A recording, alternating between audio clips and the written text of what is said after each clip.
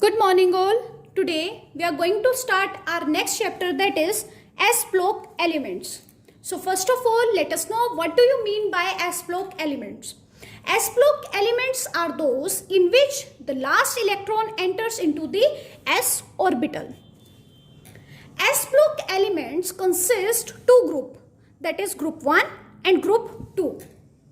Group 1 element are known as alkali metals, whereas group 2 elements are known as alkaline earth metals. Now let's discuss about the elements which are present in group 1 and group 2. First of all, let's see about group 1.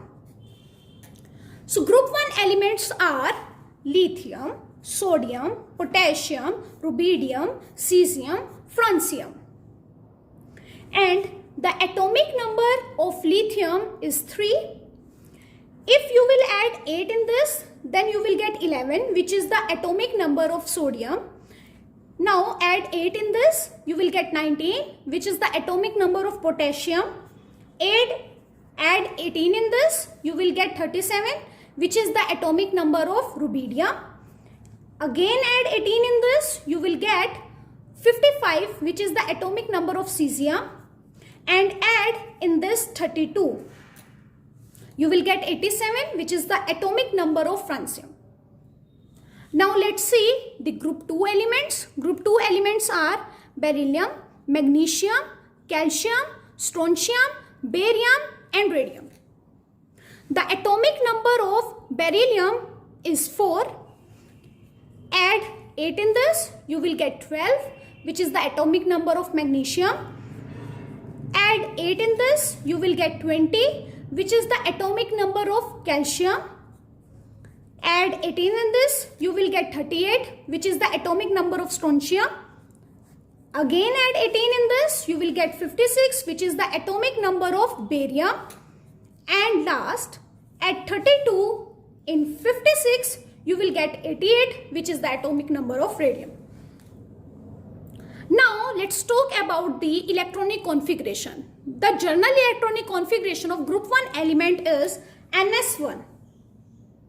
And lithium has electronic configuration helium 2s1, sodium has neon 3s1, potassium has argon 4s1, rubidium, krypton 5s1, and cesium has xenon 6s1, and francium has radon 7s1. Similarly, if we will talk about group 2 elements, the general electronic configuration is NS2.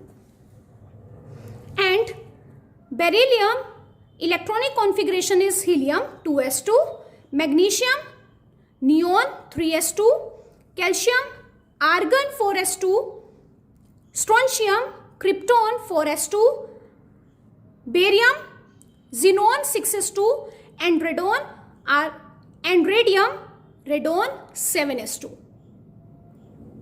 Now, due to the presence of only one electron in the outermost valence shell, the group 1 element has +1 oxidation state.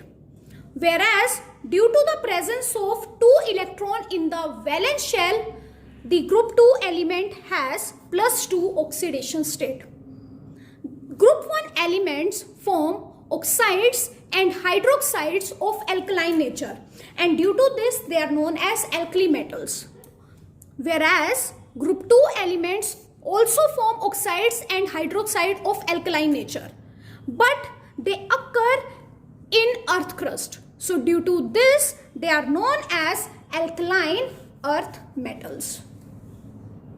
So I hope you have understood this. Now let's talk about the general properties of group 1 and group 2 elements. First of all, let's talk about the atomic and ionic radii. As we are moving down the group, the atomic radii increases due to increase in the number of shells. But as we are moving left to right, the atomic and ionic radii decreases due to increase in the effective nuclear charge.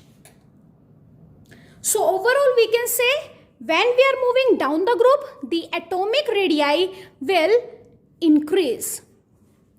And when we are moving left to right, the atomic and ionic radii will decrease. Now let's talk about second property, that is ionization enthalpy. Ionization enthalpy is inversely proportional to atomic radii. Now, as we are moving up to down, the atomic radii increases. So, ionization enthalpy will decrease. And if we are moving left to right, then atomic radii decreases. So, ionization enthalpy will increase. So, we can say when we are moving up to down, the ionization enthalpy decreases. Whereas on moving left to right, the ionization enthalpy increases. Next is hydration enthalpy. First of all, let's learn what do you mean by hydration enthalpy. Hydration enthalpy is the amount of energy released when 1 mole of gaseous ion combines with water to form hydrated ion. Hydration enthalpy is also inversely proportional to the size of ion. As you know, when we are moving up to down, the size of ion increases. And due to this, the hydration enthalpy will decrease. Whereas on moving left to right, the size of ion decreases. And due to this, the hydration enthalpy will increase. Our next property is metallic character. Now, as we are moving up to down, the size increases. The force of attraction between the positive charge and the negative charge will decrease. So, tendency to remove the valence electron will increase. So, due to this, the metallic character will increase. But as we are moving left to right, the size decreases. Due to this, the force of attraction between the positive charge and the negative charge will increase. So, tendency to remove the electron will decrease. So, metallic character will also decrease, or you can say non-metallic character will increase. Next property is melting point and boiling point. Melting point and boiling point depend upon the metallic bonding. Now, when we are moving down the group, the metallic bonding is decreasing. So, due to this, the melting point and boiling point will also decrease. But on moving left to right, the extent of metallic bonding will increase. So, melting and boiling point will also increase. Our last general property is flame coloration. Both alkali metals and alkaline earth metal impart color. This is because when their valence electron get excited to higher energy level by the energy of flame, and when they drop back, they release energy in the form of visible light. That is why they show color. Lithium show crimson red color, sodium show golden yellow color, potassium show pale violet color, rubidium show purple color, cesium show sky blue color. Now let's talk about group 2 element.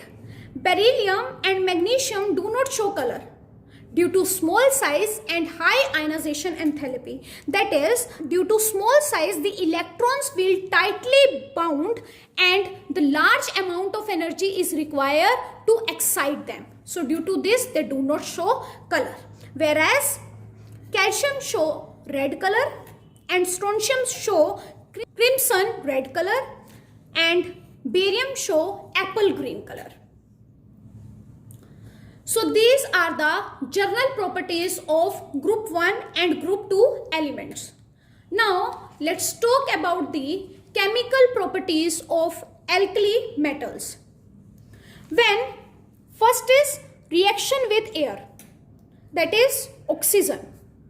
When metal react with oxygen, they will form metallic oxide.